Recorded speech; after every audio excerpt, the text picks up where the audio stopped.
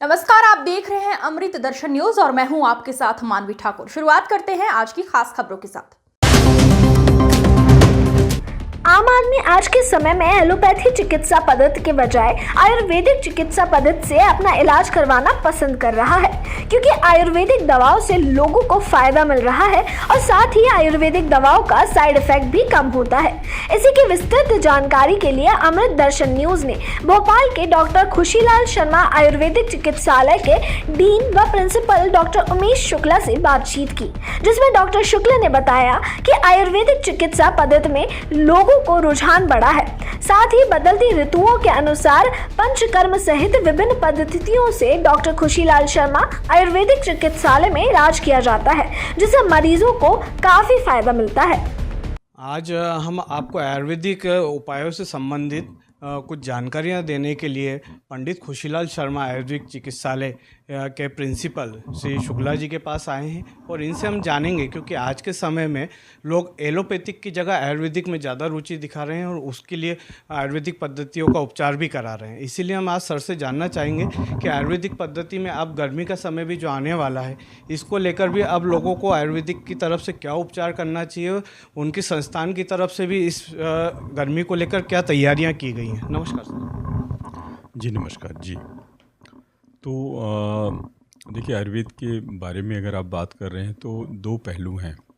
एक तो ये है कि आयुर्वेद ऋतुओं के अनुसार जो हमारी स्वास्थ्य व्यवस्था है, व्यक्तिगत स्वास्थ्य जिसे कहते हैं हम, पर्सनल हेल्थ, उस पर बातचीत करता है।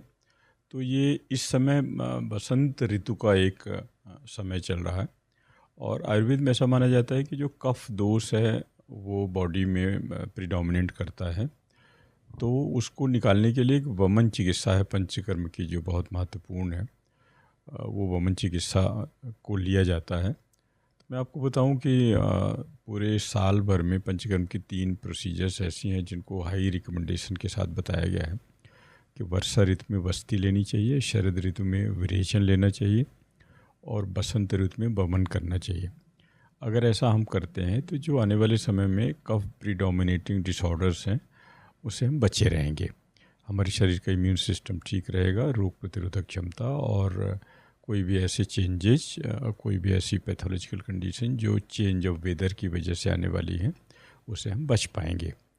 ख़ास तौर से ऐसे पेशेंट जो ब्रोंकियल अस्थमा वगैरह के हैं, जो क्रॉनिक राइनाइटिस, क्रॉनिक साइनोसाइटिस वगैरह के हैं, अथवा रिस्पिरेटरी डिसऑर्डर्स की केसेज हैं, तो आयुर्वेद की रिकमेंडेशन के अनुसार बसंत ऋतु में अगर हम वमन करवाते हैं तो इन चीज़ों से न केवल बचा जा सकता है, बट जो ऑलरेडी सफ़र कर रहे हैं पेशेंट्स, उनमें धीरे धीरे करके एक बेहतर इम्यून सिस्टम डेवलप होता है और उनके जो इंसिडेंस है उसमें भी थोड़ी कमी आती है और जो एक इंटेंसिटी ऑफ डिसीज़ है उसमें भी कमी आती है। और क्रमशः अगर 2-3 सालों तक इस तरह की हम वमन का ट्रीटमेंट ले लें इस ऋतु में, तो कई बार ऐसा देखा गया है कि वो जड़ से नष्ट हो जाती है बीमारी। तो एक पहलू ये है। दूसरा ये है कि आने वाले समय में गर्मियाँ आने वाली हैं, तो ये स्वाभाविक है कि सन स्ट्रोक वगैरह की संभावनाएं काफ़ी बढ़ जाती है। जब टेम्परेचर बहुत ज़्यादा हो जाता है तो हीट स्ट्रोक की कंडीशंस से कई पेशेंट्स जो हैं हॉस्पिटल्स में आते हैं। उससे बचने का हमको उपाय करना चाहिए। हम लोगों में भी सब प्रचलित धारणाएं हैं कि हम अपने कान वगैरह को बचाते हैं कि वो गर्म हवा सीधे शरीर के अंदर प्रवेश ना करे। अपने शरीर पूरा हाइड्रेटेड रहे, तो पर्याप्त मात्रा में हम जल का सेवन करते हैं अथवा लिक्विड डाइट वगैरह ज़्यादा मात्रा में हम लेते हैं।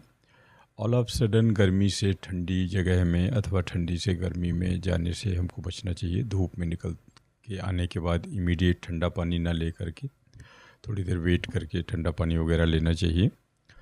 और थोड़ा ये भी ध्यान रखना चाहिए कि खाना जो है वो बहुत ताज़ा हो, एकदम ताज़ा बना हुआ खाना ही हमको लेना चाहिए। घर का यथासंभव खाना लें, जिससे बाहरी किसी भी तरह के इन्फेक्शियस कंडीशंस वगैरह से हम बच पाएँ, ये हमारा प्रयास होना चाहिए। और समय समय पर जो कई वायरस या नए कुछ वायरल कंडीशंस हैं जो सामने आती हैं, उनसे बचने का तरीका भी आयुर्वेद में दिया हुआ है। कई सारी औषधियाँ हैं जो हम हाई रिकमेंडेशन के साथ उपलब्ध हैं बाज़ार में कि वो इम्यून सिस्टम को इम्प्रूव करती हैं। तो उन औषधियों को भी ज़रूरत पड़ने पर हम ले सकते हैं और यथासंभव आयुर्वेदिक इलाज भी हम ऐसी वायरल कंडीशंस में ले सकते हैं। जब ऐसा लगे कि हम कंट्रोल में चीज़ें नहीं आ पा रही हैं तो फिर एक दूसरा कंसल्टेशन वगैरह भी लिया जा सकता है। तो फिलहाल इतना ही। सर जैसे एलोपैथिक में तो इस तरीके के किट घर घर वितरित किए जाते हैंगे ताकि गर्मी से भी लोगों का उपाय हो जाए, जैसे ORS रहता है मेन तो उसमें मुख्य।